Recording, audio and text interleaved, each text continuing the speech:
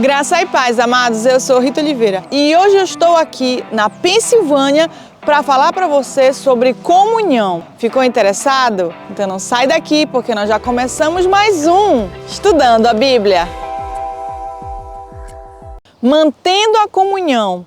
Esse é o título do nosso estudo de hoje e o texto de referência se encontra em 1 João 1, capítulo 7. A minha versão é Nova Almeida atualizada. Se andarmos na luz, como Ele está na luz, mantemos comunhão uns com os outros. E o sangue de Jesus, seu Filho, nos purifica de todo pecado. Nesse versículo percebemos que se andarmos na luz juntamente com Cristo, mantemos a comunhão uns com os outros. Ou seja, para que você exerça a comunhão, você precisa andar na luz, do mesmo modo que Cristo na luz está. Então, o contrário também é verdadeiro, ou seja, se não mantermos ou mantivermos comunhão uns com os outros, é porque não estamos andando de fato na luz como Jesus. A palavra comunhão significa qualidade do que expressa, união ou ligação, compartilhamento, parceria. Comunhão vem do grego koinonia, algo comum entre os primeiros irmãos cristãos, onde o companheirismo, participação, parceria, compartilhamento e contribuição com o próximo e com Deus dava todo sentido ao cristianismo. A palavra comunhão e koinonia aparece fortemente no Novo Testamento, mais precisamente em Atos 2, onde os primeiros irmãos demonstravam seu amor por Cristo em um ato idealizado de comunhão e unidade que existia dentro da igreja, agora chamada de corpo de Cristo. Observe Atos 2, 42. E perseveravam na doutrina dos apóstolos e na comunhão,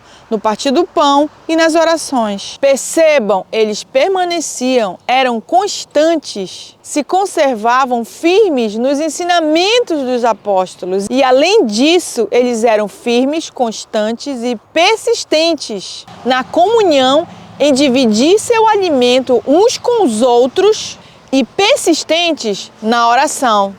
Então percebemos que ensino, comunhão, partir do pão e orações eram a base da igreja primitiva. Se você é crente em Cristo Jesus e parte do corpo de Cristo, você deve perseverar nesses 4 atributos vitais que fazem uma igreja ser de fato igreja de Cristo. Hoje, com o advento da tecnologia, muitos irmãos preferem acompanhar os cultos e outras reuniões da igreja local de casa, ou até acompanham outras denominações através das redes sociais. Nada contra. O problema é que essas pessoas não gostam mais de ir ao templo congregar. E a desculpa seria: na igreja tem muita confusão. E já que eu posso usufruir da tecnologia, prefiro ficar em casa porque é mais cômodo e não há confusão de espécie alguma. Muitas dessas pessoas, ao invés de prestarem culto, assistem o culto. Não podemos negar que a tecnologia rompe distâncias e tem ajudado a palavra da salvação a chegar a mais pessoas no mundo todo. Basta que a pessoa tenha um dispositivo móvel com internet, ela consegue acessar o que deseja na rede. Porém, temos que saber discernir até que ponto essa tecnologia nos ajuda e ou atrapalha a nossa vida de comunhão, aprendizado, oportunidade de partir o pão, de oração, de comunhão com Deus e com os irmãos. Pois se somos filhos de Deus, é essencial que tenhamos comunhão uns com os outros. Observe Hebreus 10, 24, 25. Cuidemos também de nos animar uns aos outros no amor e na prática de boas obras. Não deixemos de nos congregar, como é costume de alguns. Pelo contrário, façamos admoestações, ainda mais agora que vocês veem que o dia se aproxima. Percebam, a Bíblia diz: quanto mais próximo o grande dia do Senhor, mais temos que animar uns aos outros. E como podemos fazer isso? Tendo comunhão. E essa comunhão claramente denota um compromisso pessoal de estar fisicamente em um lugar destinado a cultuar a Deus. Daí alguns podem dizer: mas eu posso ter comunhão com os irmãos fazendo chamadas de vídeo, por exemplo, ou nos grupos de WhatsApp, enviando e recebendo mensagens da palavra de Deus. Daí eu digo a você, concordo, mas você e eu sabemos muito bem que há uma grande diferença em estar online e estar fisicamente em um ambiente. Nada nem ninguém substitui o calor humano, um aperto de mãos e um abraço. A tecnologia vem para ajudar os pontos de falha do fator presencial, mas não substitui em hipótese alguma.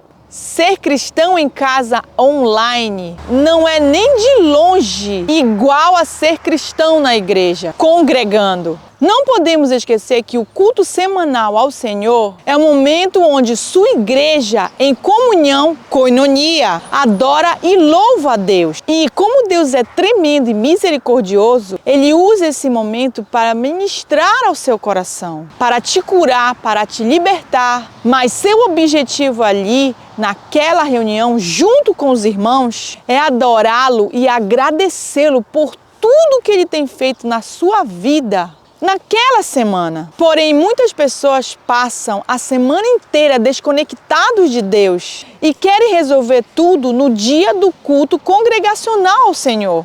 O culto de adoração ao Senhor não é um momento hospital ou um momento food bank, onde você só recebe e não entrega nada para o Senhor.